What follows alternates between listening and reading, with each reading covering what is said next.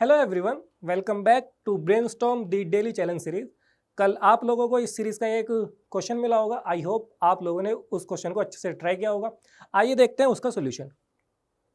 Question क्या था हमारे पास? क्वेश्चन में हमें साइक्लोहेक्सिनोन दिया गया था और हमें कुछ सेट्स ऑफ रिएजेंट दिए गए थे और हमें बताना था कि हमारा फाइनल प्रोडक्ट क्या बनेगा। तो अगर हम पहले सेट्स में देखें, हमें क्या दिया गया है? ETMGBr, जो कि क्या होता है? ग्रिग्नाइट रिएजेंट होता है। और जो हमारे पास सबस्ट्रेट है, ये क्या है? साइक्लोहेक्सिनोन। तो ये बिहेव करेगा एज अ माइकल एक्सेप्टर। अब ये जो हमारे पास ग्रिग्नाइट रिएजेंट है, इसमें से जो न्यूक्लियोफाइल है डेट इज ET, अब ये जब अटैक करने के लिए आएगा तो इसके पास दो चॉइस होती है अटैक करने की। पहली होगी 1-2 पोजीशन और एक होगी इसके पास 1-4 पोजीशन। अब ये जो अटैक होगा वो 1-2 पे होगा या फिर 1-4 पे होगा, वो डिपेंड करेगा इस न्यूक्लियोफाइल पे। तो इस अटैक को डिफाइन करने के लिए हमारे पास दो फैक्टर होते हैं। पहला फैक्टर होता है हमारे पास इलेक्ट्रॉनिक फैक्टर, और जो दूसरा फैक्टर होता है वो होता है हमारे पास स्टेरिक फैक्टर। जो हमारे पास इलेक्ट्रॉनिक फैक्टर होता है उसके अंदर हम लोग आंसर करते हैं on the basis of HSAB principle, और जो स्टेरिक फैक्टर होता है उसमें हम लोग बताते हैं कि जो हमारे पास न्यूक्लियोफाइल आ रहा है उसका साइज कितना है।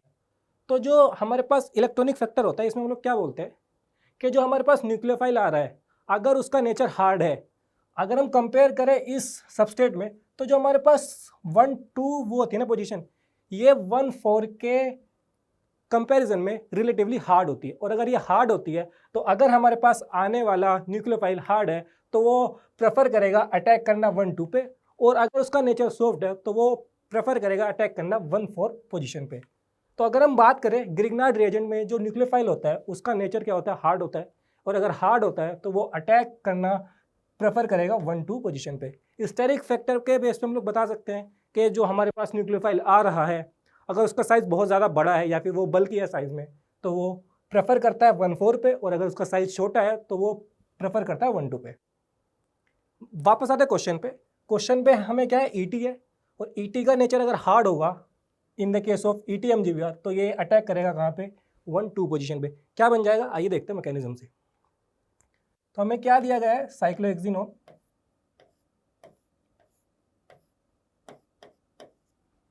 अब पहले सेट में हमें क्या दिया है? ETMGBr। यहाँ से क्या होगा? जो ET होगा वो अटैक करेगा 1-2 पोजीशन पे, और यहाँ से कार्बन ऑक्सीजन का बॉन्ड क्या हो जाएगा? ओपन। क्या बन जाएगा? ये बन जाएगा डबल बॉन्ड। यहाँ पे आ जाएगा हमारे पास ET, और यहाँ पे क्या आ जाएगा हमारे पास? ऑक्सीजन।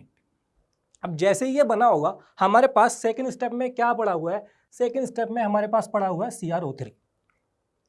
सेकेंड स्टेप में हमारे पास CrO3।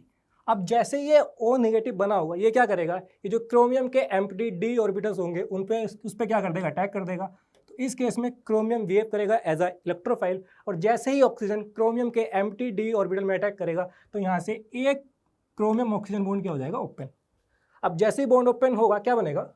इसको यहाँ पे बना देते हैं। ये बन जाएगा हमारे पास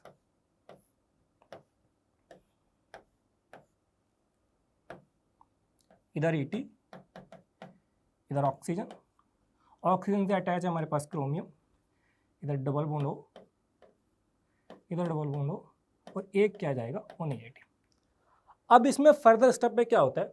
ये जो O नेगेटिव यानी क्रोमियम पे जो ऑक्सीजन नेगेटिव है ये क्या करता है? ये फर्दर अटैक कर देता है इस डबल बॉन्ड पे, और जैसे ही इस डबल बॉन्ड पे अटैक करेगा ये डबल बॉन्ड यहाँ पे शिफ्ट हो जाएगा, और जैसे ये शिफ्ट होगा तो यहाँ से एक कार्बन और ऑक्सीजन का बॉन्ड क्या हो जाता है? ब्रेक। यहाँ से ये बॉन्ड क्या हो जाएगा? ब्रेक। फर्दर अगर हम इसको बनाना चाहें क्या बन जाएगा? ये बन जाएगा हमारे पास ये बन जाएगा हमारे पास साइक्लोहेक्सेन रिंग।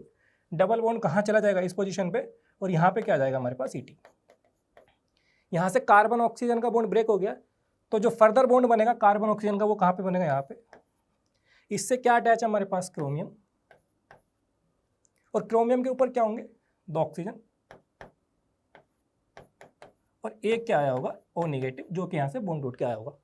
अब देख क्या होता है ना, अगर हम इस पोजीशन पे देखें तो यहाँ पे एक हाइड्रोजन होगा, तो जैसे ही इस O नेगेटिव को ये हाइड्रोजन दिखता है ये क्या कर लेता है? इस हाइड्रोजन को अब्स्ट्रैक्ट कर लेता है, अब जैसे ही ये ऑक्सीजन इस हाइड्रोजन को पकड़ता है तो जो इस कार्बन हाइड्रोजन बॉन्ड की डेंसिटी है वो शिफ्ट हो जाती है इस कार्बन ऑक्सीजन बॉन्ड पे, और ये जो क्रोमियम और ऑक्सीजन का बॉन्ड है ये यहाँ से क्या हो जाता है, ब्रेक। क्या बन जाएगा, ये बन जाएगा हमारे पास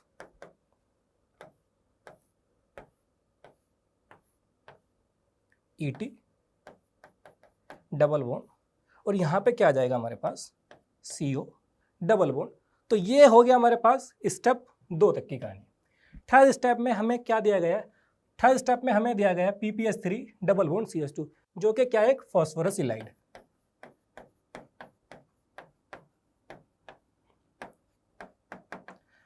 अब अगर हमारे पास थर्ड स्टेप में क्या डाला गया है, फॉस्फोरस इलाइड डाली गई है, क्या है, PPS3 CH2। अब हमें पता, अगर हमारे पास कोई एल्डिहाइड या फिर कीटोन है जिसकी रिएक्शन हम फास्फोरस इलाइड के साथ कराते हैं, तो हमें पता है ये एक नेम रिएक्शन होती है। कौन सी होती है, इस रिएक्शन का नाम होता है क्या, व्हिटिंग रिएक्शन।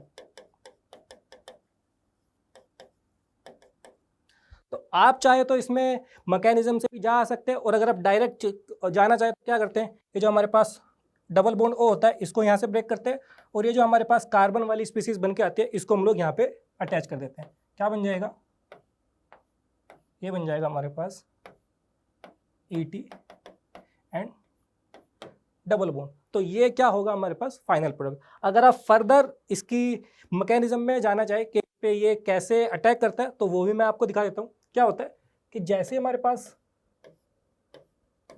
ये बना होगा, ये आ जाएगा हमारे पास ET, यहाँ पे क्या होगा हमारे पास डबल बॉन्ड। अब ये जो हमारे पास फॉस्फोरस की इलाइड है इसको हम लोग क्या लिख सकते हैं, इसको हम लोग लिख सकते हैं PPS3 CH2, इधर पे निगेटिव, यहाँ पे निगेटिव आ जाएगा और यहाँ पे क्या आ जाएगा, पॉजिटिव। अब अगर हम इसमें कंपैरिजन करें तो ऑक्सीजन क्या होगा हमारे पास, नेगेटिव होगा। अगर मैं इस डबल बॉन्ड को ब्रेक करता हूँ और ये जो कार्बन सेंटर होगा इस पे क्या होगा, रिलेटिवली पॉजिटिव चार्ज होगा, और अगर पॉजिटिव चार्ज होगा तो ये क्या करता है, ये जो हमारे पास CH2 बना ये इस कार्बन पे अटैक करता है, और ये जो ऑक्सीजन होता है जैसे इसके ऊपर निगेटिव आएगा तो ये इस फॉस्फोरस पे अटैक कर देता है। क्यों, क्योंकि जो हमारे पास फॉस्फोरस और ऑक्सीजन का जो बॉन्ड बनता है ना, उस बॉन्ड के बनने में बहुत ज़्यादा एनर्जी रिलीज होती है, यानी ये इसका जो फॉस्फोरस और ऑक्सीजन बॉन्ड का जो फॉर्मेशन होता है वो हाईली एक्सोथर्मिक रिएक्शन होती है। यहाँ से क्या बन जाएगा, ये बन जाएगा हमारे पास ET, और ये आ जाएगा हमारे पास कार्बन PPS3, ये आ जाएगा हमारे पास CH2, ये आएगा ये। अब क्या होता है ना, हमें पता है यहाँ पे फॉर्मेशन हुआ किसका, 4 मेंबर रिंग का, और हमें पता है जहाँ पे भी 4 मेंबर रिंग का फॉर्मेशन होता है वो क्या होती है, हाईली अनस्टेबल होती है। अनस्टेबल क्यों होती है, अगर हम 4 मेंबर रिंग में बात करें तो एंगल कितना होता है इसमें, 90 डिग्री का। पर अगर हम यहाँ पे देखें हाइब्रिडाइजेशन कितना है, sp3 में जो हमें रिक्वायर्ड एंगल है वो हमको चाहिए 109 डिग्री का, पर हमारे पास कितना मिल रहा है, 90 डिग्री का। तो इसमें क्या आता है, इसके अंदर आता है एंगल स्ट्रेन, और जैसे ही इसके अंदर एंगल स्ट्रेन आता है तो ये रिंग क्या बन जाती है, अनस्टेबल। तो इसी एंगल स्ट्रेन को रिमूव करने के लिए ये जो रिंग है वो क्या हो जाती है, फर्दर ब्रेक। कैसे ब्रेक होती है, ये जो ऑक्सीजन है वो चला जाता है हमारे पास फॉस्फोरस के साथ, और ये जो इस कार्बन और फॉस्फोरस बॉन्ड की डेंसिटी है वो शिफ्ट हो जाती है इस कार्बन कार्बन बॉन्ड पे। क्या बन जाएगा, ये बन जाएगा हमारे पास डबल बॉन्ड दिस ET, और यहाँ पे भी क्या आ जाएगा हमारे पास CH2। तो ये क्या बन जाएगा हमारे पास फाइनल प्रोडक्ट, जो कि हमें दिया गया है ऑप्शन नंबर 2 में। तो ऑप्शन नंबर 2 क्या होगा हमारे पास, करेक्ट आंसर। तो ये था सॉल्यूशन इस क्वेश्चन का। अब आपको इसी सीरीज का एक और क्वेश्चन मिलेगा नेक्स्ट स्लाइड पे, आपको उसको ट्राई करना है, और ट्राई कीजिए, उसका आंसर लाइए और उसका आंसर टाइप कीजिए कमेंट बॉक्स के अंदर, एंड फिर नेक्स्ट डे आइए उस क्वेश्चन का आंसर चेक करने के लिए। Thank you.